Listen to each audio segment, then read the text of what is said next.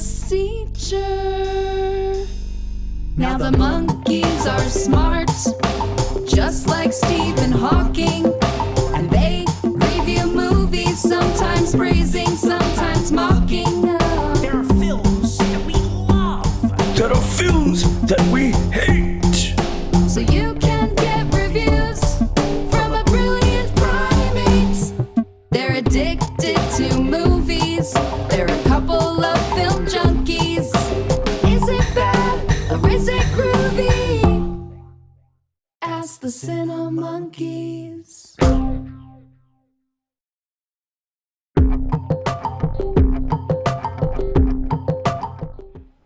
All right, there we go. Roll in.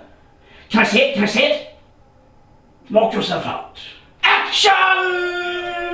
Here we are, inside the movie theater, wherein we have spent the past year of our lives, ever since we escaped from the top secret government laboratory where diabolical scientists were performing unspeakable experiments on us. You really wouldn't expect the laboratory and the movie theater to be in the same shopping center. Yes, it's very unusual. Anyway, we found this iPhone in the Lost and Found. We decided that we'd use it to tell our story, so that future generations would know about the terrifying and soulless actions of our corrupt government, and perhaps one day rise up and overthrow this insidious fascist regime. Oh, we could just talk about movies. Oh, I like that better! Yes. Oh, my goodness. You really know how to use that iPhone, don't you? Well, they make them so user-friendly nowadays. Indeed. Our first film comes from our favorite director, Steven Spielberg. Ever since we became super intelligent, we fell in love with the art form of cinema, and our love affair began with Raiders of the Lost Ark and E.T. Oh. We know every Spielberg film so well, we can quote them verbatim, and his latest film, The Post, features two of our favorite actresses, Meryl Streep and Tom Hanks. Sprocket? Yes, Zoom? Tom Hanks is not an actress. Sure she is. I saw Bosom Buddies, Zoom. She played a man so convincingly that she spent the rest of her career doing it, and doing it very well, I might add.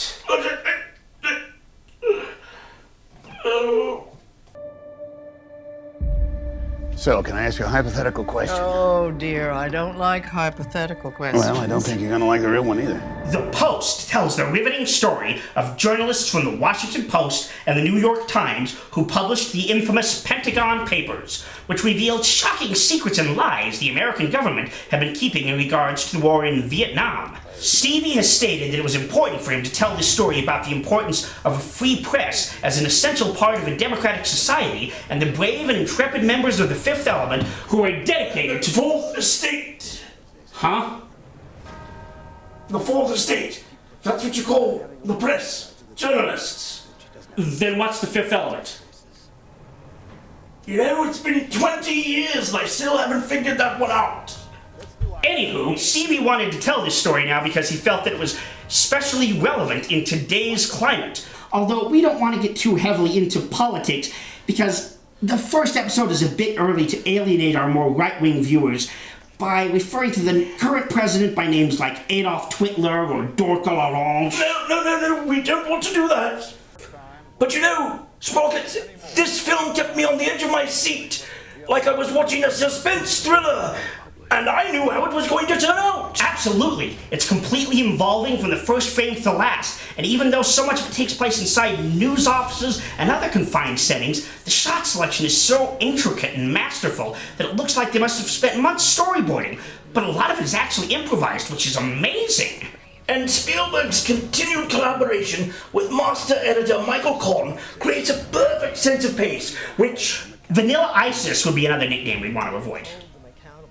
We would, yes. Also Darth Taxivator. Let's just focus strictly on the movie. Good idea. Meryl Streep, one of the most accomplished and gifted thespians of any gender, despite what the Cheeto-dusted Antichrist may say, gives a terrific performance in the role of Kay Graham, the owner of the Washington Post, and this is really the most feminist Spielberg film since The Color Purple.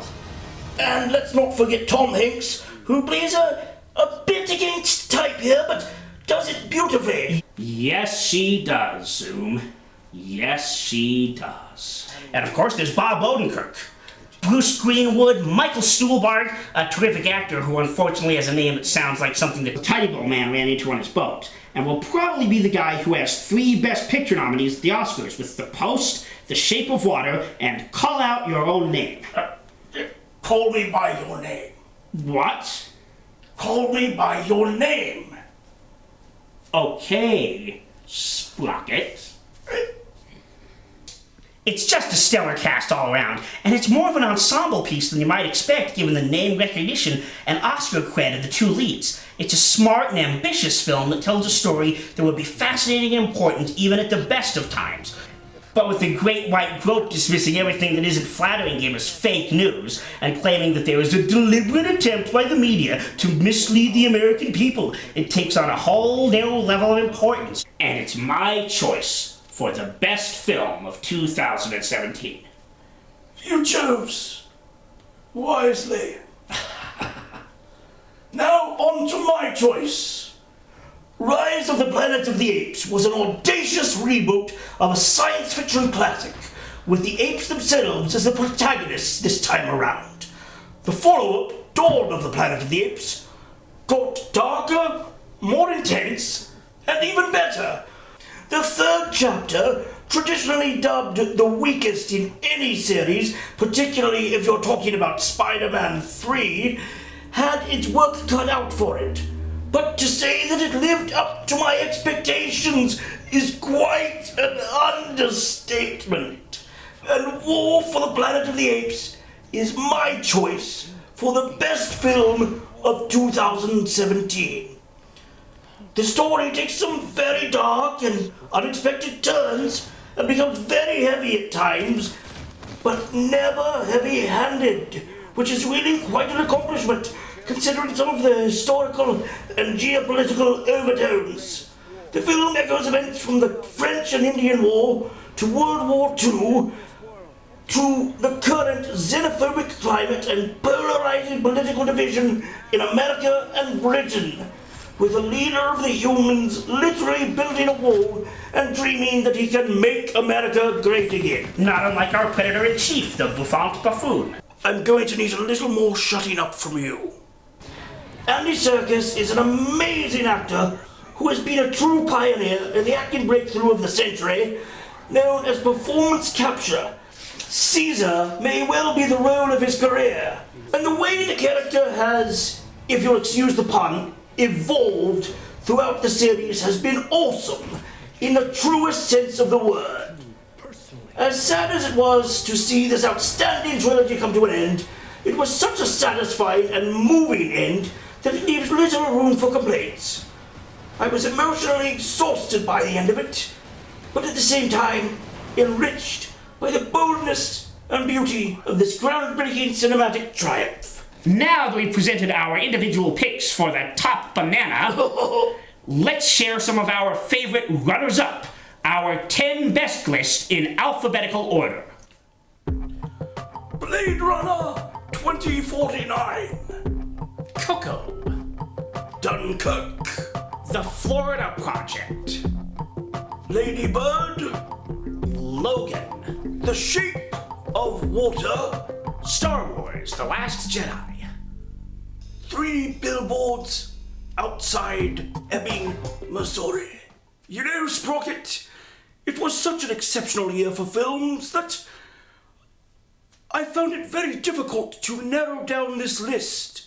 And there were several films I really wish we could have worked on there, such as Get Out by Jordan Peele, Colossal, which, depending on who you talk to, was a 2017 film, I, Tonya, Detroit, The Lost City of Z, All the Money in the World, First They Killed My Father. The list just goes on and on. Well, that about wraps up our very first show. How did we do, hey?